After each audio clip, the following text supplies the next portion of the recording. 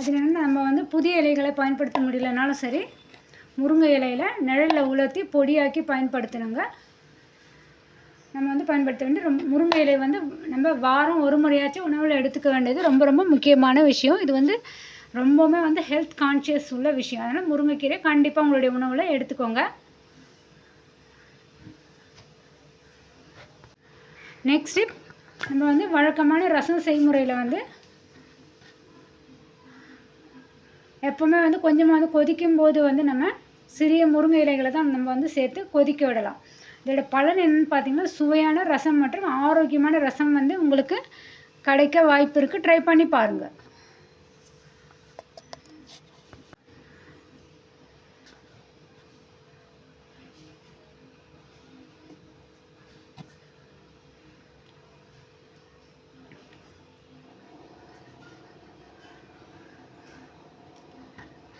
அடுத்த டிப்ஸ் என்னென்னு பார்ப்போமா? வாங்க. நெக்ஸ்ட் டிப், ஒரு கைப்பிடி அளவு முருங்கை இலைகள் இருக்கு இல்லையா, அதை வந்து நல்லா சுத்தம் செஞ்சு எடுத்துக்கணுங்க. ஒரு பாத்திரத்தில் வந்து தண்ணி ஊற்றி முருங்கை இலையில் நல்லா நறுக்கி வெங்காயம், தக்காளி, பூண்டு எல்லாமே நம்ம மிளகு, ஜீரகம்லாம் உப்பெல்லாம் சேர்த்து நல்லா வந்து கொதிக்க விட்டுறணும். இது போல் வந்து இலைகளை வந்து நல்லா வெந்ததுமே வந்து வடிகட்டி சூடாக நம்ம வந்து அதை வந்து குடிக்கலாம். தேவைப்பட்டோம்னு சொன்னால் அரைச்சி நம்ம வடிகட்டி கூட நம்ம அதை எடுத்துக்க முடியும். இதுவுமே ரொம்பவுமே யூஸ்ஃபுல்லாக இருக்கும். ட்ரை பண்ணி பாருங்கள்.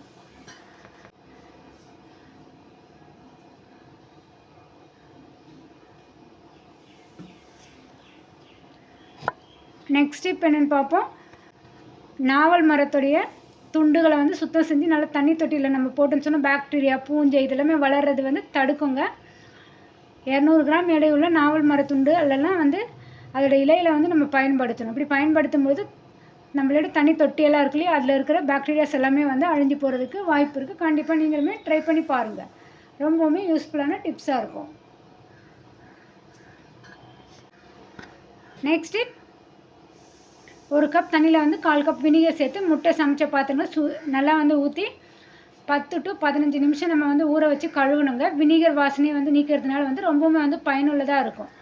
காப்பி தூளை வந்து நம்ம ஒரு சின்ன பாத்திரத்தில் கிண்ணத்தில் வச்சு நம்ம சமையலறையில் வைக்கிறது மூலமாக வந்து முட்டை வாசனையே வந்து இல்லாமல் போயிடும். இதுவுமே ரொம்ப பயனுள்ள டிப்ஸாக தான் உங்களுக்கு அமையும்.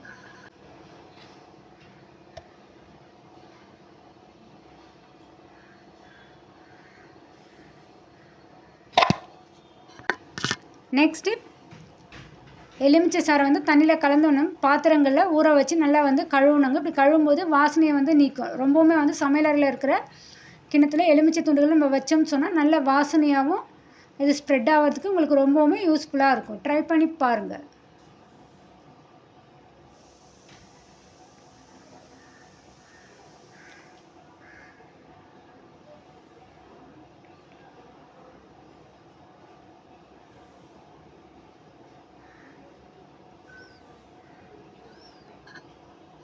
குழம்புல வந்து எண்ணெய் வந்து அதிகமாகிடுச்சின்னு சொன்னால் இந்த டிப்ஸ் நீங்கள் ஃபாலோ பண்ணிக்கோங்க. இது வந்து ரொம்பவுமே வந்து பழங்கால முறை தான். குழம்பு மேலே வந்து வாழை இலை வச்சுன்னு சொன்னால் அது வந்து எண்ணெயை ஈர்த்து ரொம்பவுமே வந்து அது எண்ணெயை வந்து நீக்கி உங்களுக்கு கொடுத்துடும். அதே போல் வந்து 1/2 ஸ்பூன் அளவு பாசிப்பருப்பு மாவு இருக்கு இல்லையா, பாசிப்பருப்பு மாவு இல்லை கடலை மாவு குழம்புல நம்ம வந்து கலந்து கொஞ்சம் நேரம் வந்து வச்சோம்னு சொன்னால் அதுவுமே வந்து எண்ணெயை வந்து இறுத்து கொடுத்துடும். அதனால் உங்களுடைய குழம்புல வந்து வடிகட்டி எண்ணெயை வந்து உங்களுக்கு இருத்தி கொடுத்துரும். அதனால் இனிமேல் உங்களுடைய சமையலில் உங்களுக்கு எண்ணெய் அதிகமாக இருந்துச்சு இந்த டிப்ஸை ஃபாலோ பண்ணிக்கோங்க. ரொம்பவுமே யூஸ்ஃபுல்லாக இருக்கும். ட்ரை பண்ணி பாருங்கள். நெக்ஸ்ட் டிப் பார்க்கலாமா? கத்திரிக்காய் துண்டு அப்படி இல்லைன்னா வந்து உருளைக்கிழங்கு வந்து நம்ம குழம்புல பெரிய துண்டு உருளைக்கிழங்குலனா கத்திரிக்காய் நம்ம போட்டோன்னு சொன்னால் அதில் இருக்க எண்ணெயை உறிஞ்சிடுங்க. இந்த டிப்ஸுமே ரொம்பவுமே வந்து உங்களுக்கு பயனுள்ளதாக இருக்கும். இதுவுமே நீங்கள் அந்த குழம்புல வந்து அந்த கத்திரிக்காய் உருளைக்கிழங்கு தேவைன்னா அப்படியே விட்டு வைக்கலாம். அப்படி தேவையில்லைன்னு சொன்னால் நீங்கள் அதை வந்து குழம்புலேருந்து எடுத்துடலாம். ஒன்றும் ப்ராப்ளம் இல்லை.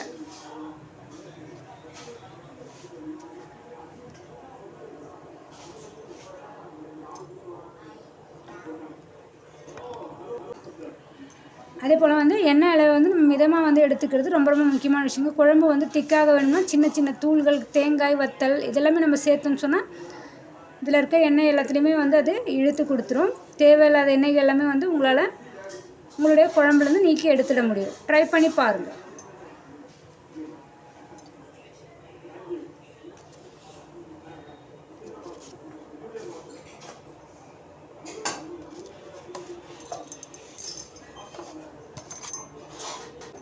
பழைய டூத் ப்ரஷ் கொண்டு நீங்கள் வந்து என்னென்ன யூஸ் பண்ணாலும் நீங்கள் குளியல் அறையில் யூஸ் பண்ணுற குழாய்கள், வாஷ் பேஷன் இதெல்லாம் மூலையில் வந்து தேங்கிட்டு இருக்கேன். இந்த தேவையில்லாத அழுக்கு எல்லாத்தையுமே சுத்தம் பண்ணி வைக்கிறதுக்காக டூத் ப்ரஷ் வந்து நம்ம யூஸ் பண்ணி செய்ய முடியுங்க. பேக்கிங் சோடா ப்ளஸ் வினிகர் இது கலந்து நம்ம வந்து சுத்தம் செஞ்சோன்னு சொன்னால் வாஷ் பேஷன் எல்லாமே வந்து ரொம்பவுமே பளிச்சுன்னு உங்களுக்கு ஆகிடும்.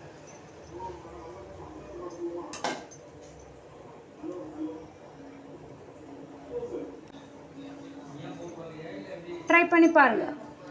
நெக்ஸ்ட் இப்போ என்னென்னா கிச்சன் அப்படி இல்லைன்னா வந்து பாத்ரூம் டைல்ஸில் வந்து இடையில இருக்கிற க்ரௌட் குக்கீஸ் சுத்தம் செய்கிறதுக்கு வந்து நம்ம வந்து டூத் ப்ரஷ், அதுக்கப்புறமா வந்து ஃபீடிங் சோடா இருக்கு இல்லையா, சோடா, உப்பு அதெல்லாம் நம்ம ஆட் பண்ணி நம்ம தேய்ச்சி எடுத்தோம்னு சொன்னால் ரொம்ப நீட்டாகவே க்ளீனாக உங்களுக்கு வந்து கிடச்சிடும். ட்ரை பண்ணி பாருங்கள்.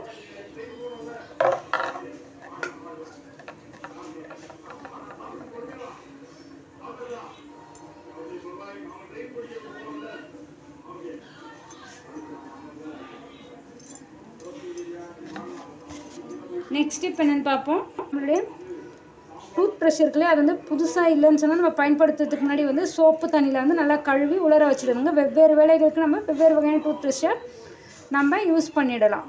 இது போல் வந்து நம்ம டூத் ப்ரஷ் வந்து யூஸ் பண்ணிவிட்டு தூக்கி கீழே தான் போடுவோம் இல்லையா, அதை வந்து ரீயூஸ் பண்ணுறதுக்கு இந்த ஐடியாஸ் ரொம்பவுமே ஹெல்ப்ஃபுல்லாக இருக்கும்.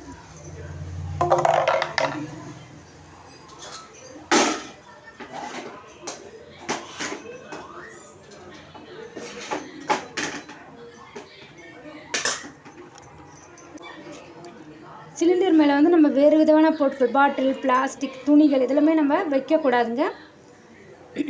மூடி அடைச்ச இடத்துல வந்து சிலிண்டரை வந்து நம்ம பயன்படுத்தக்கூடாது. அதிக வெப்பம் இதெல்லாமே வந்து வாயு கசிவெல்லாம் ஏற்படுறதுக்கு வாய்ப்பு இருக்குது. அதனால் நீங்கள் வந்து சிலிண்டரை நீங்கள் இது போல் ரொம்பவுமே வந்து சேஃபாக யூஸ் பண்ண வேண்டியது ரொம்ப ரொம்ப முக்கியமான விஷயம்.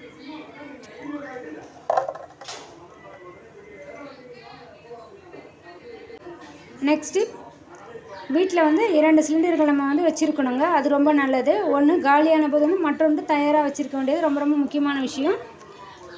அதே போல் பில், அதோடைய ரசீதுலாம் இருக்கு இல்லையா, அதெல்லாம் நம்ம எப்பவுமே வந்து நம்ம பதிவு செஞ்சு வச்சுக்கணும். குழம்புல வந்து எண்ணெய் வந்து அதிகமாகிடுச்சின்னு சொன்னால் இந்த டிப்ஸ் நீங்கள் ஃபாலோ பண்ணிக்கோங்க. இது வந்து ரொம்பவுமே வந்து பழங்கால முறை தாங்க. குழம்பு மேலே வந்து வாழை இலை வச்சுன்னு சொன்னால் அது வந்து எண்ணெயை ஈர்த்து ரொம்பவுமே வந்து அது எண்ணெயை வந்து நீக்கி உங்களுக்கு கொடுத்துடும். அதே போல் வந்து 1/2 ஸ்பூன் அளவு பாசிப்பருப்பு மாவு இருக்கு இல்லையா, பாசிப்பருப்பு மாவு இல்லை கடலை மாவு குழம்புல நம்ம வந்து கலந்து கொஞ்சம் நேரம் வந்து வச்சோம்னு சொன்னால் அதுவுமே வந்து எண்ணெயை வந்து இருத்து கொடுத்துடும். அதனால் உங்களுடைய குழம்புல வந்து வடிகட்டி எண்ணெயை வந்து உங்களுக்கு இருத்தி கொடுத்துடும். அதனால் இனிமேல் உங்களுடைய சமையலில் உங்களுக்கு எண்ணெய் அதிகமாக இருந்துச்சு இந்த டிப்ஸை ஃபாலோ பண்ணிக்கோங்க. ரொம்பவுமே யூஸ்ஃபுல்லாக இருக்கும். ட்ரை பண்ணி பாருங்கள். நெக்ஸ்ட் டிப் பார்க்கலாமா? கத்திரிக்காய் துண்டு அப்படி இல்லைன்னா வந்து உருளைக்கிழங்கு வந்து நம்ம குழம்புல பெரிய துண்டு உருளைக்கிழங்குலனா கத்திரிக்காய் நம்ம போட்டோன்னு சொன்னால் அதில் இருக்க எண்ணெயை உறிஞ்சிடுங்க. இந்த டிப்ஸுமே ரொம்பவுமே வந்து உங்களுக்கு பயனுள்ளதாக இருக்கும். இதுவுமே நீங்கள் அந்த குழம்புல வந்து அந்த கத்திரிக்காய் உருளைக்கிழங்கு தேவைன்னா அப்படியே விட்டு வைக்கலாம். அப்படி தேவையில்லைன்னு சொன்னால் நீங்கள் அதை வந்து குழம்புலேருந்து எடுத்துடலாம். ஒன்றும் ப்ராப்ளம் இல்லை.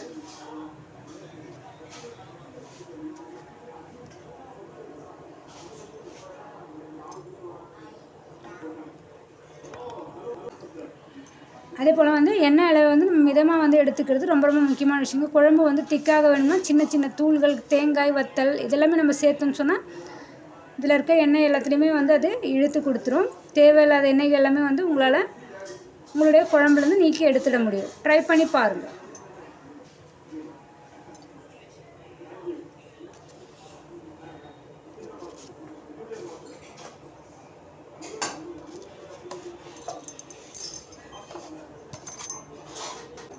பழைய டூத் ப்ரஷ் கொண்டு நீங்கள் வந்து என்னென்ன யூஸ் பண்ணாலும் நீங்கள் குளியல் அறையில் யூஸ் பண்ணுற குழாய்கள், வாஷ் பேஷன் இதெல்லாம் மூலையில் வந்து தேங்கிட்டு இருக்கேன். இந்த தேவையில்லாத அழுக்கு எல்லாத்தையுமே சுத்தம் பண்ணி வைக்கிறதுக்காக டூத் ப்ரஷ் வந்து நம்ம யூஸ் பண்ணி செய்ய முடியுங்க. பேக்கிங் சோடா ப்ளஸ் வினிகர் இது கலந்து நம்ம வந்து சுத்தம் செஞ்சோன்னு சொன்னால் வாஷ் பேஷன் எல்லாமே வந்து ரொம்பவுமே பளிச்சுன்னு உங்களுக்கு ஆகிடும்.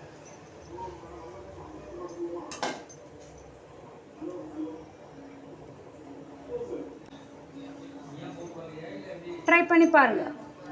நெக்ஸ்ட் இப்போ என்னென்னா கிச்சன் அப்படி இல்லைன்னா வந்து பாத்ரூம் டைல்ஸில் வந்து இடையில இருக்கிற க்ரௌட் குக்கீஸ் சுத்தம் செய்கிறதுக்கு வந்து நம்ம வந்து டூத் ப்ரஷ், அதுக்கப்புறமா வந்து ஃபீடிங் சோடா இருக்கு இல்லையா, சோடா, உப்பு அதெல்லாம் நம்ம ஆட் பண்ணி நம்ம தேய்ச்சி எடுத்தோம்னு சொன்னால் ரொம்ப நீட்டாகவே க்ளீனாக உங்களுக்கு வந்து கிடச்சிடும். ட்ரை பண்ணி பாருங்கள்.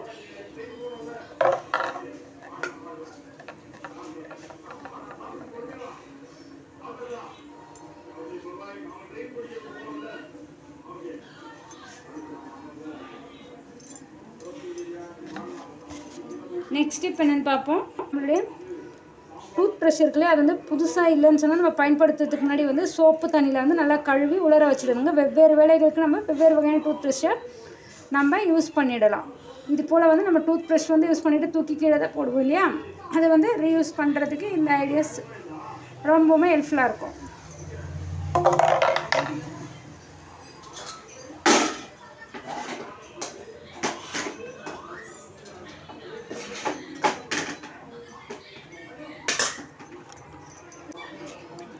சிலிண்டர் மேலே வந்து நம்ம வேறு விதமான பொருட்கள், பாட்டில், பிளாஸ்டிக், துணிகள் இதெல்லாமே நம்ம வைக்கக்கூடாதுங்க.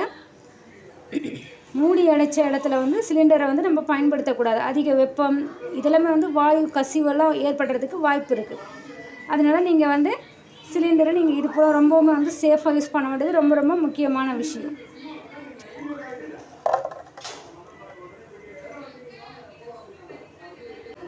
நெக்ஸ்ட்டு வீட்டில் வந்து 2 சிலிண்டர்கள் நம்ம வந்து வச்சுருக்கணுங்க. அது ரொம்ப நல்லது. ஒன்று காலியான போது வந்து மற்றொன்று தயாராக வச்சுருக்க வேண்டியது ரொம்ப ரொம்ப முக்கியமான விஷயம். அதே போல் பில், அதோடைய ரசீதுலாம் இருக்கு இல்லையா, அதெல்லாம் நம்ம எப்பவுமே வந்து நம்ம பதிவு செஞ்சு வச்சுக்கணும். இந்த டிப்ஸ் என்னென்னா, முன்னே வச்ச வந்து காய்கள் வந்து முதல்ல வந்து பயன்படுத்தணுங்க. புதுசாக வாங்கியதுக்கு அப்புறமேட்டு வந்து தினமும் வந்து நம்ம ஒரு பார்வையை வந்து நம்ம பார்த்துக்கணும். எப்பவுமே ஃப்ரிட்ஜில் வைக்கும்போது அழுகி போயிடும், கெட்டு போயிடும். இதெல்லாம் தடுக்கிறதுக்கு நீங்கள் எப்போவுமே வந்து செக் பண்ணிகிட்டே இருக்கணுங்க. அப்போ தான் வந்து காய்கறிகள்லாம் வந்து அவ்வளோ சீக்கிரத்தில் கெட்டு போகாமல் உங்களுக்கு கிடைக்கும். இந்த டிப்ஸை கண்டிப்பாக ஃபாலோ பண்ணிக்கோங்க. ரொம்பவுமே பயனுள்ளதாக இருக்கும்.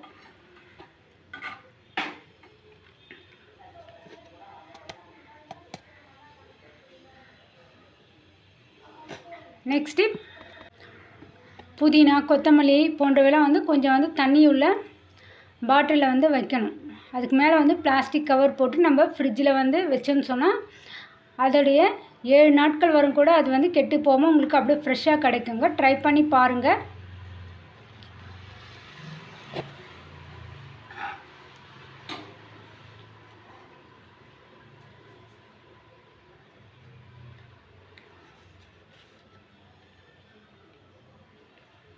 நெக்ஸ்ட்டு வெங்காயம், பூண்டு இதெல்லாமே வந்து சுத்தமாக நம்ம வந்து வச்சு அதுக்கு மேலே வந்து மஞ்சத்தூள் தூவி வைக்கணும். பூச்சிகளிடம் வந்து பாதுகாப்பு. பழங்களில் வர எத்திலீன் வாயுலாம் இருக்குது இல்லைங்களா, இது வந்து சில நேரங்களில் வந்து காய்களை வந்து சீக்கிரமாக வந்து கெட்டு போக செய்யுங்க. தக்காளி, வெண்டைக்காய் எல்லாமே வந்து விரைவில் வந்து கெட்டு போக செஞ்சிடும்.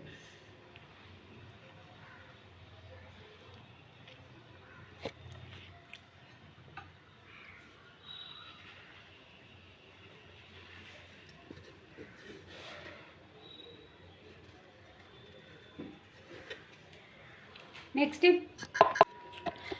நுங்கு துண்டு வந்து பன்னீர், பால், வெல்லம், ஏலக்காய் தூள் இதில் சேர்த்தோன்னு சொன்னால் ஒரு சிம்பிளான நல்ல வந்து குளிர்ச்சியான பாயாசம் வந்து உங்களுக்கு கிடச்சிரும். இது வந்து கொதிக்கக்கூடாதுங்க. நுங்கு வந்து பொதுவாக வந்து டிசால்வ் ஆகும். அதனால் வந்து நுங்கு வந்து கொதிக்காமல் நீங்கள் வச்சு இருக்கிறது ரொம்ப ரொம்ப முக்கியமான விஷயம்.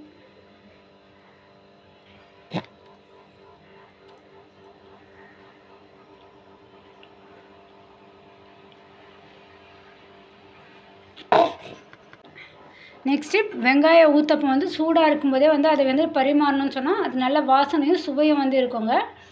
வெங்காய ஊத்தப்பத்துக்கு வந்து நல்லெண்ணெய் போட்டோன்னு சொன்னால் நறுமணமும் சுவையும் வந்து நல்லா வந்து கூடும். ட்ரை பண்ணி பாருங்கள்.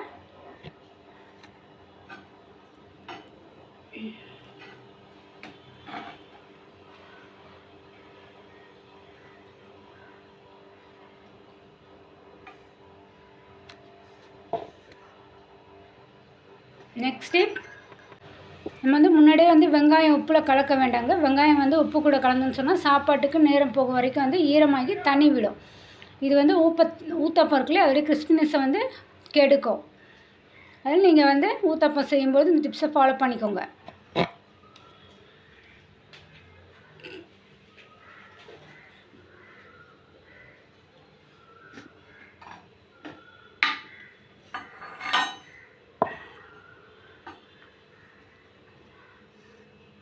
நெக்ஸ்ட் பார்ப்போம்.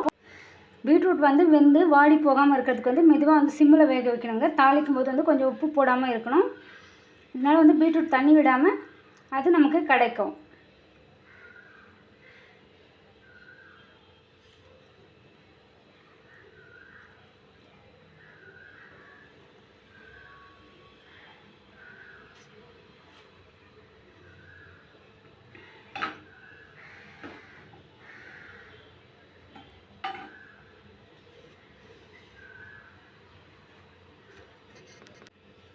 நெக்ஸ்ட்டு குழந்தைகளுக்கு வந்து பிடிக்க வைக்க வந்து பீட்ரூட்டை கொஞ்சமாக வந்து உருளைக்கிழங்கு சேர்த்து நம்ம வதக்கணும்னு சொன்னால் நல்லா வந்து சாஃப்டாக கிடைக்கும். மேலே கொஞ்சம் பன்னீர் குறுமுறுன்னு தூவினோன்னு சொன்னால் குழந்தைகள் வந்து அதை விரும்பி சாப்பிடுவாங்க. ட்ரை பண்ணி பாருங்கள்.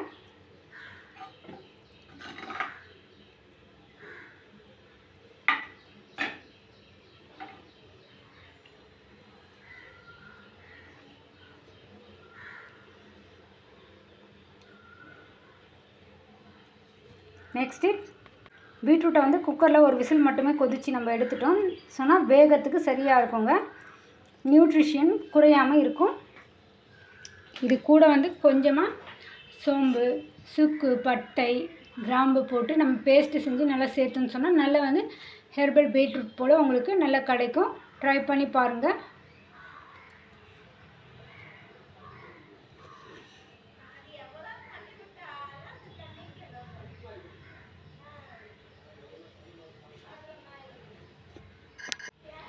நெக்ஸ்ட்டு நெல்லிக்காயை வந்து வெந்நீரில் நல்லா வந்து இழைச்சி ஊற வைக்கணுங்க. 10 to 15 நிமிஷம் நம்ம வைக்கலாம். அதுக்கப்புறம் கசப்பு வந்து அதில் இருக்கிறது குறைஞ்சிடும். நெல்லிக்காயை வந்து நம்ம இடியாப்ப சுருட்டு போல் வேக வச்சு அதுக்கப்புறமா பொடியாக நறுக்கி சமைக்கவும் நம்ம செய்ய முடியுங்க.